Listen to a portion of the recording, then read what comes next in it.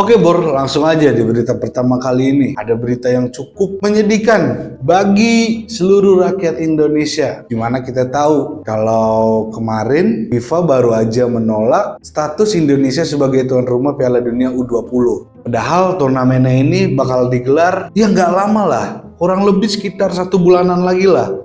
Tentu aja hal ini begitu menyakitkan untuk bangsa Indonesia, bagi rakyat, bagi pemain, ya bagi semuanya lah. Soalnya kita tahu kapan lagi ajang internasional sepak bola sekelas Piala Dunia Indonesia bisa main? Kan biasanya kita hanya menjadi bully-bulian doang, hanya cuma jadi penggembira. Nah ini bisa menjadi tuan rumah. Tentu aja kan semuanya pasti pada excited, pada senang. Tapi Bor, namanya di negara kita, kalau nggak rusuh bukan Indonesia namanya. Ketika udah waktu dekat memulai Piala Dunia U20 ini, ada segelintir pihak yang menolak kedatangan Israel. Di mana Israel ini adalah bagian peserta dari Piala Dunia U20 ini. Mereka menolak dengan beralasan kedaulatan, nggak mau mengaku Israel ada di Indonesia. Ya, oke. Sekarang kalau kita bicara tentang kemerdekaan kemanusiaan, oke.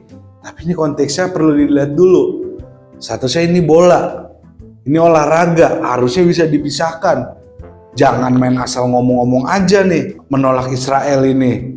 Tapi alasannya cuma hanya gara-gara kepentingan politik semata. Dampaknya apa ya? Dampaknya udah jelas ini, satu, dicoret. Karena apa? Opini-opini ini yang dasar argumennya nggak kuat.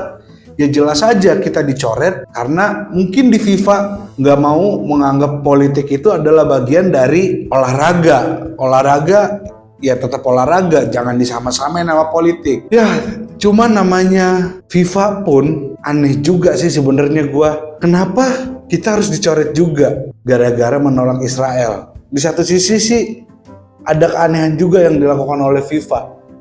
Mana kita tahu kalau sebelumnya di Piala Dunia Qatar kemarin Rusia sempat dicoret gara-gara invasinya ke Ukraina. Berarti kan kita sendiri tahu itu adalah bagian dari politik. Nah, kenapa Rusia di-banned, Israel nggak di-banned? Malah kita justru yang di-banned. Makanya ini FIFA agak-agak juga aneh Bor jadi sebenarnya. Tapi sih yang menjadi titik besarnya ini adalah gimana orang-orang kita menanggapi hasil keputusan FIFA ini. Akhirnya sekarang banyak simpang siur juga beritanya. Ada yang bilang karena emang bener-bener kesiapannya belum jelas sama sekali. Bahkan belum mencapai 100% kesiapan. Muncullah isu-isu seperti Israel ini digoreng, diangkat agar menggagalkan Piala Dunia U20 ini. Ada juga kabar yang kalau bilang ini adalah bagian dari skenario politik menuju 2024. Kalau emang ini benar terjadi, benar-benar jahat sih politik kita sampai harus mengorbankan sesuatu yang sangat besar hanya untuk kepuasan politik. Spekulasi-spekulasi yang beredar ke depannya.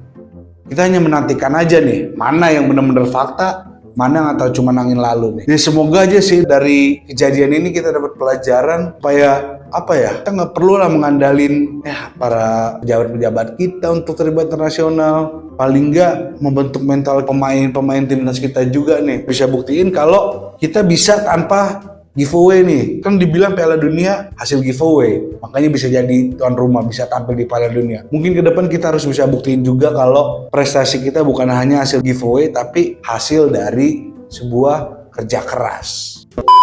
Oke, masuk ke berita 2 Bor. Setiap bulan Ramadan tentu aja pasti ada satu hal yang paling ditunggu-tunggu setiap pekerja, yaitu THR. Nah, di berita kedua ini ada sebuah berita menarik nih, di mana pemerintah baru aja ngeluarin peraturan pemerintah nomor 15 tahun 2023 terkait THR khususnya untuk para PNS nih. Nah, jadi dalam peraturan pemerintah ini PNS hanya baru mendapat tunjangan sebesar 50% karena faktor ekonomi global yang mempengaruhi Indonesia juga. Nah, peraturan yang keluar ini tentu saja membuat para PNS yang tersayang kita ini nih protes. Mereka ini nggak terima kalau hanya dibayar 50%. Aduh, sebenarnya gue pengen ketawa sih. Kerjaan lu cuma main Zuma kan? Di kantor tuh sampai kelar, nunggu jam pulang, terus lu dibayar 50%, marah-marah.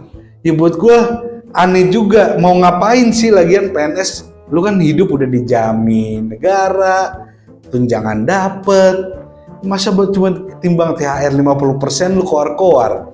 Sedangkan kalau dapat pun lu kan kerjaan lu kan cuman pada pengen pamer-pamer doang kan, flexing-flexing lagi ujung-ujungnya. Aneh emang PNS-PNS kita gini. Udah gitu, padahal kita tahu sendiri ya namanya PNS. Udahlah, gak usah bullshit, gak usah sok bersih. Berapa sih kinerja PNS yang bersih, yang bener-bener mau kerja ngelayanin rakyat? Kurang dari 10% gue yakin. Tawan banget. Cuman yang ada sini, ngeribetin orang, bikin birokrasi yang ribet. Harusnya juga PNS muhasabah, berkaca. Kalau emang pengen dapat sesuatu yang penuh, ya kasihlah kinerja yang penuh juga. Khususnya buat rakyat. Jangan nyusahin apa-apa, bikin ribet rakyat. Jangan flexing. Ya, kalau cuman kayak gitu dong ujung-ujungnya, yang ada lembaga negara kita ini cuman makin dicap buruk oleh masyarakat gara-gara oknum-oknum PNS ini nih yang cuman pengen dapat duitnya doang, kerja ogah. Paling gak seharusnya di bulan Ramadan ini yang perlu ditingkatkan yaitu rasa syukur. Alhamdulillah kalau masih bisa dapat penghasilan, nggak usah memprotes, apalagi kehidupan udah dijamin negara.